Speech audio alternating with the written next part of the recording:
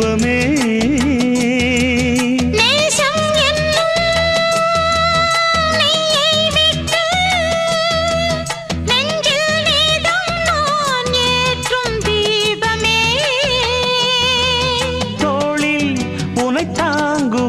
இதழ் தேனை தினம் வாங்குவேன் பரிமாறுவேன் அதில் நானும் பசியாறுவேன் பாலும் தேனும் தீர தீர